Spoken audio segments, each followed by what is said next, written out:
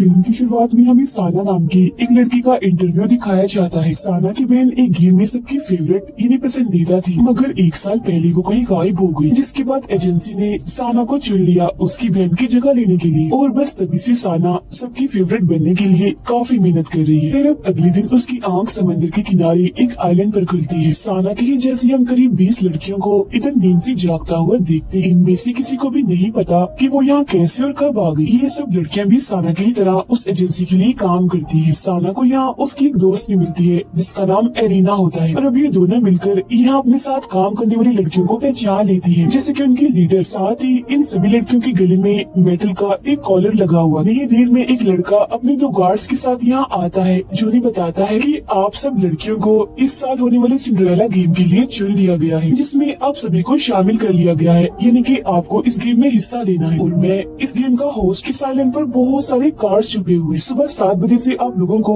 वो कार्ड्स ढूंढने में लग जाना है, और शाम के 7 बजते ही एक क्लब, जो कि दरअसल एक गेम खेलने की जगह है, वहाँ पर पहुँच जाना है। वहाँ आप सभी के बीच कार्ड्स गेम खेली जाए, और जो गेम हार जाएगा उसे इस गेम से निकाल दिया जाएगा। अब सभी के बैग में अपना अपना मोबाइल है, जिसके अंदर सभी कार्ड्स की लोकेशन डाली हुई है, मतलब कि कार्ड्स का पता कि कौन सा कार्ड किधर है, ताकि कार्ड्स आप सभी को आसानी से मिल जाए। जो भी आखिर तक इस गेम में टिका रहेगा, मतलब जो इस गेम को जीत जाएगा, उसे इस मुल्क का सबसे फेवरेट बना दिया जाएगा, यानी जिसे सब लोग पसंद करेंगे, जिसके बाद उसे इनाम मिलेगा। फिल्म्स और एड्स में काम करने के लिए बहुत सारे एल्बम्स मिलेंगे। तभी एक लड़की बोलती है कि मुझे इस बकवास गेम में कोई दिलचस्पी नहीं है, और यहाँ से जाने लगती। उसे जाता देखकर एक गार्ड अपने टैब का बटन दबाता है, जिसके फौरन बाद वो मेटल का कॉलर जो उस लड़की के गले में बंधा था वो आवाज करने लगता है, और फिर तभी अचानक उस लड़की की मौत हो जाती है। उन्हें ये नजारा दिखाकर गेम होस्ट कहता है कि तुम सबके कॉलर में जहर का इंजेक्शन लगाया हुआ है, जो हमारे एक बटन दबाते ही उस इंसान में चला जाएगा, जिससे उसकी मौत हो जाएगी। तो यहाँ से भागने का तो बिल्कुल भी मत सोचना। अब ये जानकर सारी लड़कियाँ काफी डर जाती है और समझ जाती है कि हम इस जानलेवा गेम में फंस गई हैं। वो ये भी जान लेती है कि हमारी एजेंसी ने ही मोटी रकम लेकर हमें यहाँ पर भेजा है। इसके बाद गेम होस्ट उन्हें गेम के और असूल बताने लगता है कि आइलैंड पर आप लोगों को टोटल 3 तरह के कार्ड्स मिलेंगे। एक का नाम है प्रिंस, एक स्टेप मदर और एक है विच, जिनके बीच एक ट्रायंगल की तरह गेम चलती है, जिससे प्रिंस हराता है स्टेप मदर को, स्टेप मदर विच को और विलियंस को हराती है। जैसे ये लोग कार्ड्स के करीब जाएंगे, इन्हें खुद ही पता चल जाएगा कि कार्ड्स के वो काफी पास ही खड़े हैं। फिर शाम को गेम खेलने वाली जगह पर 2 लोग आमने सामने आएंगे और अपना एक एक कार्ड आगे करेंगे। फिर उन 3 कार्ड्स के मुताबिक, मतलब प्रिंस, स्टेप मदर और विच में से जिसके पास भी विन वाला कार्ड होगा, मतलब कि सही वाला,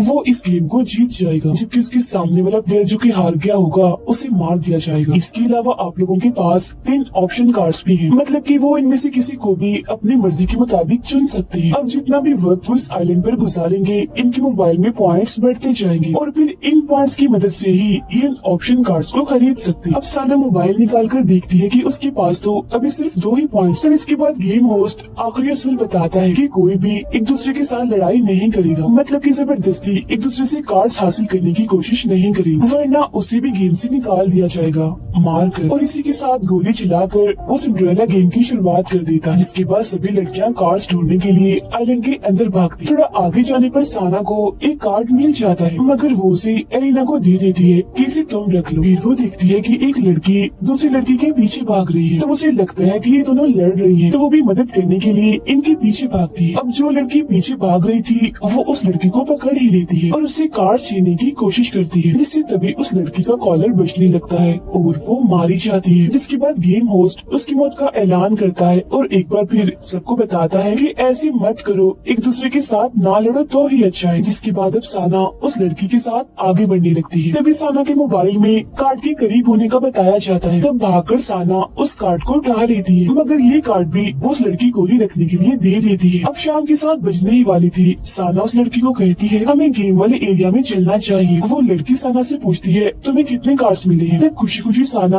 अपने बैग से कार्ड्स निकालकर उसे दिखाने लगती है, जो 2 थी, और तभी वो लड़की उन कार्ड्स को छीनकर भाग जाती है। अब यहाँ वो समझ जाती है कि इस लड़की ने मेरी अच्छाई का फायदा उठाया है। ये एक धोखेबाज लड़की। और पहली लड़की जो मरी थी वो भी दरअसल इस चालाक लड़की के पीछे इसलिए भाग रही थी ताकि अपने कार्ड्स इससे वापस ले सके, क्योंकि इसने उसके भी कार्ड्स छीन लिए थे। चालाक लड़की कहती है मेरे पास अब पूरे 5 कार्ड्स हो गए हैं, देखना इस गेम को मैं ही जीतूंगी, और यहाँ से भाग जाती। अब साना के पास कोई कार्ड नहीं बचा था तो उसे तो वैसे ही गेम से निकाल दिया जाएगा, जिस वजह से वो मायूस हो गई थी। मगर तभी उसे ऑप्शन कार्ड्स याद आती है जिन्हें वो पॉइंट्स के जरिए खरीद सकती है। वो अपना मोबाइल चेक करती है तो उसके पॉइंट्स काफी बढ़कर 1000 से भी ऊपर चले गए थे, जो एक हैरानी वाली बात। लेकिन इन पॉइंट से वो बस पंपकिन कार्ड ही खरीद सकती है क्योंकि बाकी दो कार्ड्स काफी महंगे थे। तब एलिना उसे कहती है कि अगर तुम चाहो तो कुछ कार्ड मुझसे ले सकती हो, मगर साना मना कर देती है और अपने पॉइंट्स के जरिए वो 6 पंपकिन कार्ड्स खरीद लेती है। फिर 7 बजते ही गेम एरिया में मैच शुरू हो जाता है, जहाँ गेम होस्ट कोई भी दो लड़कियों को आमने सामने बुलाता है। दोनों अपना अपना कार्ड आगे करती है और पहले चाल में जो लड़की समझदार थी वो जीत जाती है और दूसरी लड़की जो जाहिर गेम को हार चुकी थी उसका कॉलर बजने लगता है और उसकी भी मौत हो जाती है। तब यहाँ के गार्ड्स जीतने वाली लड़की को उसका कमरा दिखाने ले जाती है, मगर जाते जाते वो लड़की मरी हुई लड़की से उसका बचा हुआ कार्ड भी छुड़ा कर ले जाती है। अब अगले मैच में वो चालाक लड़की जिसने साना से कार्ड छीने थे वो और साना आमने सामने आती है। चालाक लड़की को पूरा यकीन था कि गेम को तो मैं ही जीतूंगी क्योंकि साना के पास तो कार्ड्स ही नहीं है। लेकिन तभी साना को उसके खरीदे हुए 6 कार्ड्स दे दिए जाते हैं। दोनों जैसे अपने अपने कार्ड्स को आगे करते हैं तो गेम होस्ट उन्हें ऑप्शन कार्ड्स के बारे में बताने लगता है कि अगर पंपकिन कार्ड जो साना के पास है उसके सामने अगर कोई भी नॉर्मल कार्ड डाला जाए तो इस गेम को रोक दिया जाता है, और जो दूसरा कार्ड है मिडनाइट वो पंपकिन कार्ड को हरा सकता है, और सबसे आखिरी ऑप्शन कार्ड है ग्लास कार्ड जो इतना महंगा है कि मैं आपको क्या ही बताऊं। जिसके बाद अब दोनों अपने आगे की चालें चलने लगती है, और क्योंकि साना ने सारे ही पंपकिन कार्ड्स खरीदे थे तो वो सारे मैच ही खत्म करती रहती है। जिसके बाद आखिर में उस चालाक लड़की के पास उसके सारे 5 कार्ड्स खत्म हो जाते हैं, जिससे वो ये गेम हार जाती है। वो रोना धोना तो बहुत करती है मगर इसके बावजूद भी उसका कॉलर बचता है और उसे भी मार दिया जाता है। अब हालांकि उसने साना के साथ अच्छा नहीं किया था मगर फिर भी उसे उस चालाक लड़की की मौत पर काफी दुख होता है। जिसके बाद साना को भी उसके कमरे में ले जाकर छोड़ दिया जाता है। अब साना की दोस्त एलिना भी एक लड़की से इस गेम को जीत जाती है और वो साना के साथ वाले कमरे में आती है। दोनों कान लगाकर दीवार के जरिए एक दूसरे से बातें कर रही थी। एलिना उसे कहती है हमें अब एक टीम की तरह काम करना चाहिए, हम अलग अलग होकर इस आइलैंड पर कार्ड्स ढूंढेंगे और शाम होने पर उन्हें आपस में बांट लेंगे। रात में साना को एक सपना आता है जिसमें वो अपनी बहन को इस आइलैंड पर भागता हुआ देखती है। फिर अगली सुबह गेम का दूसरा दिन शुरू हो जाता है, जहाँ अब सिर्फ 9 लड़कियां ही जिंदा बची थी। 7 बजते ही वो कार्ड्स को खोजने आइलैंड के अंदर चली जाती है। साना और एक लड़की की नजर एक साथ ही एक कार्ड पर जाती है। तब साना जल्दी से भागकर वो कार्ड ले लेती है, लेकिन इस चक्कर में वो एक खाई में गिरने वाली हो जाती है। लेकिन वो दूसरी लड़की उसका हाथ पकड़कर उसकी जान बचा लेती है और मदद करने के बदले में वो साना से वो कार्ड हासिल कर लेती है। मगर जब साना थोड़ा आगे बढ़ती है तो उसे वहाँ एक और कार्ड मिल जाता है। साथ ही वो देखती है कि यहाँ हर जगह पर कैमरास लगे हुए हैं। जब वो थोड़ा आगे जाती है तो उसे एक जगह एक लड़की बेहोश पड़ी मिलती है जिसकी एक आँख खराब थी। वो उस लड़की के पास जाती है तो देखती है कि उसकी पानी की बोतल खाली हो गई थी। तब साना उसे अपनी बोतल से पानी पिला देती है। पानी पीने के बाद वो लड़की कहती है कि मैं तुम्हारा कोई शुक्रिया अदा करने वाली नहीं हूँ और तुम ये अच्छाई का नाटक करना बंद कर दो, इससे कुछ हासिल नहीं होगा, तुम पागल हो जिस तरह से कर रही हो। उधर एलिना कार्ड ढूंढते हुए एक गुफा में जाती है, जहाँ एक लड़की आकर लकड़ी से उस पर हमला कर देती है और कहती है कि यहाँ कोई कैमरा नहीं लगा हुआ, मैं तुम्हें मारकर तुम्हारे सारे कार्ड्स हासिल कर लूंगी और किसी को पता भी नहीं चलेगा क्योंकि गेम जीतने के लिए मैं किसी भी हद तक जा सकती हूँ। जिसके बाद वो एलिना पर दोबारा से हमला करके उसे नीचे गिरा देती है और वो उसे जान से मारने ही वाली थी कि तभी उसके गले का कॉलर बजने लगता है और उसकी खुद की ही मौत हो जाती है। तब गेम होस्ट उसकी भी मौत का ऐलान करता है और कहता है कि बेशक कैमरास अक्सर जगहों पर नहीं है, लेकिन इस आइलैंड के चप्पे चप्पे पर हमारी नजर। उसके मरते ही एलिना उसके बैग से कार्ड्स निकाल कर आगे बढ़ जाती है। जिसके बाद शाम को सभी गेम वाले एरिया में पहुंच जाती है, जहाँ साना के पास पंपकिन के अलावा मिडनाइट कार्ड भी थी। अब पहला मैच एलिना का था एक दूसरी लड़की के साथ। तब जाते जाते साना उसे अपने सारे कार्ड्स दे देती है। तब एलिना उसे कहती है अगर मैं गेम में हार गई मतलब मैं मारी गई तो तुम जल्दी से अपने सारे कार्ड्स वापस ले लेना। अब पहला मैच खत्म हो जाता है क्योंकि एलिना के पास पंपकिन कार्ड था।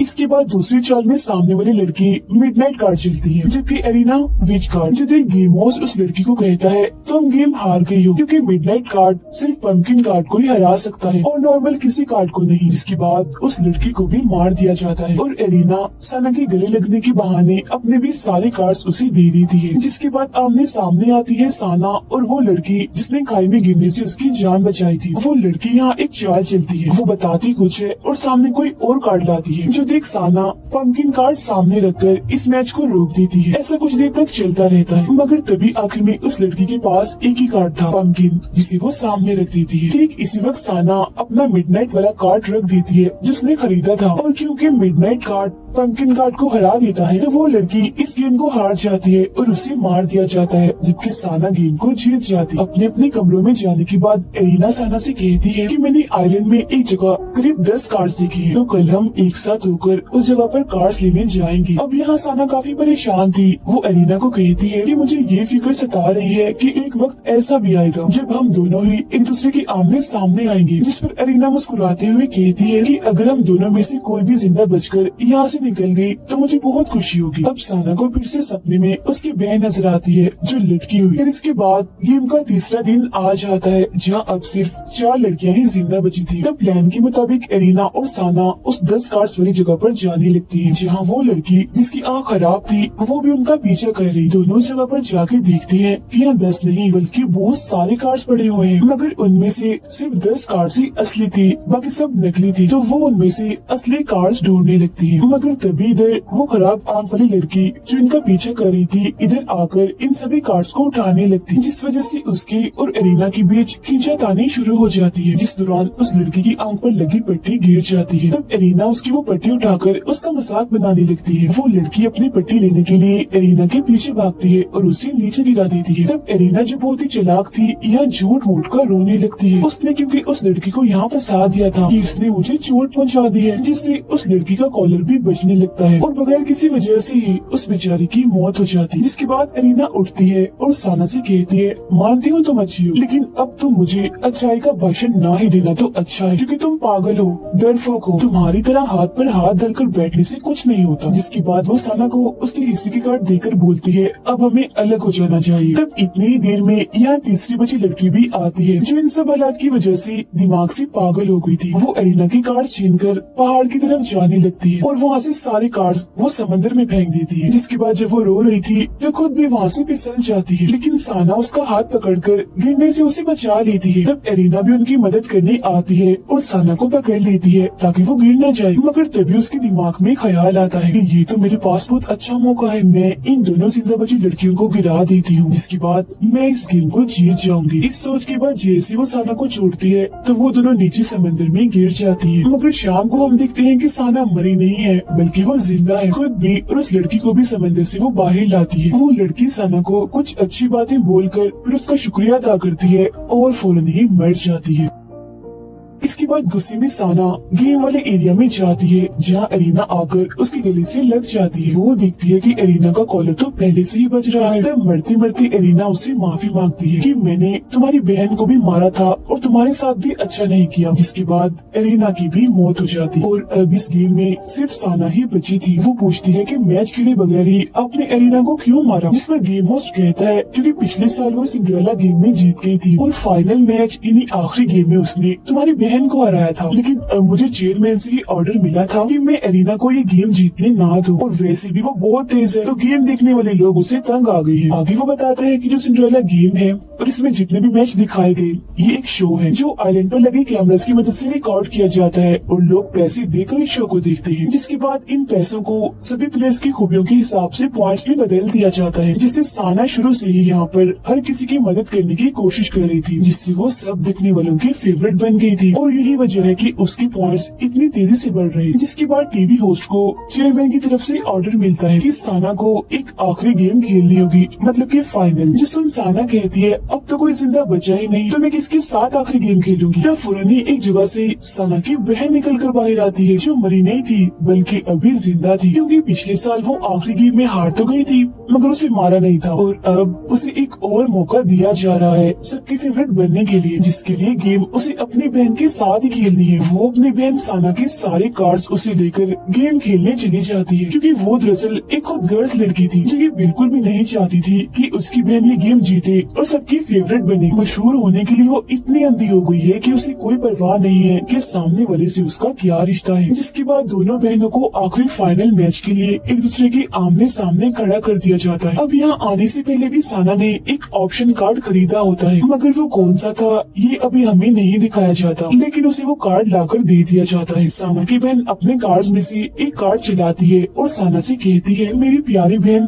तुम ऐसा करो, जानबूझकर हार जाओ इस गेम को ताकि तुम्हारी बड़ी बहन का सपना पूरा हो जाए, सबकी फेवरेट बनने का। लेकिन यहाँ पर साना अपना इकलौता ऑप्शन कार्ड आगे करती है और ये कार्ड था ग्लास कार्ड। जब एक फॉरेन गेम होस्ट कहता है कि साना का कार्ड जीत गया है, क्योंकि ग्लास कार्ड असल में सबसे कीमती और खास है जो हर कार्ड को हरा सकता है और इसे खरीदने के लिए 30,000 पॉइंट्स लगते हैं, जो कि आज तक इस गेम में किसी के भी नहीं हुए थे। और ये पहली बार हुआ था कि किसी ने उस कार्ड को खरीदा, इन्हें साना ने, क्योंकि पब्लिक यानी गेम देखने वाले सारे लोग उसके साथ हैं, उसे खूब पसंद कर रहे हैं और उसका साथ दे रहे हैं। वजह सिर्फ एक ही है, उसकी अच्छाई। जब साना की बहन रोते रोते यहाँ से भाग जाती है, मगर फिर भी उसकी मौत हो जाती है। इसके बाद साना भी यहाँ से चली जाती है। गेम होस्ट उसके पास आता है, कहता है तुम इस साल की सिंड्रेला गेम की विनर हो, मतलब कि तुम इस गेम को जीत गई हो। जो कहकर वो उसे इनाम देता है, इन्हीं अवार्ड। साना अवार्ड लेकर रोने लगती है और पानी में चली जाती है। तब उसके पीछे पीछे गेम होस्ट भी आता है और उससे पूछता है कि गेम जीतकर तुम्हें कैसा लग रहा है, तुम सबकी फेवरेट बन गई हो, तुम्हारे लाखों फैंस तुम्हें देख रहे हैं, जरा इनकी तरफ देखो। तब साना कैमरा की तरफ देखकर सिर्फ अपने फैंस के लिए मुस्कुराने लगती है, जबकि अंदर से वो काफी दुखी थी। हमें इस गेम से ये सबक मिलता है कि हमें हमेशा अपने से ज्यादा दूसरों के बारे में सोचना चाहिए। फिर बेशक हम कितनी बड़ी मुसीबत में ही क्यों ना हो, क्योंकि अगर हम अच्छे होंगे, हमारा दिल दूसरों के लिए साफ होगा, तो हमारे साथ भी अच्छा होगा, हम आगे बढ़ेंगे,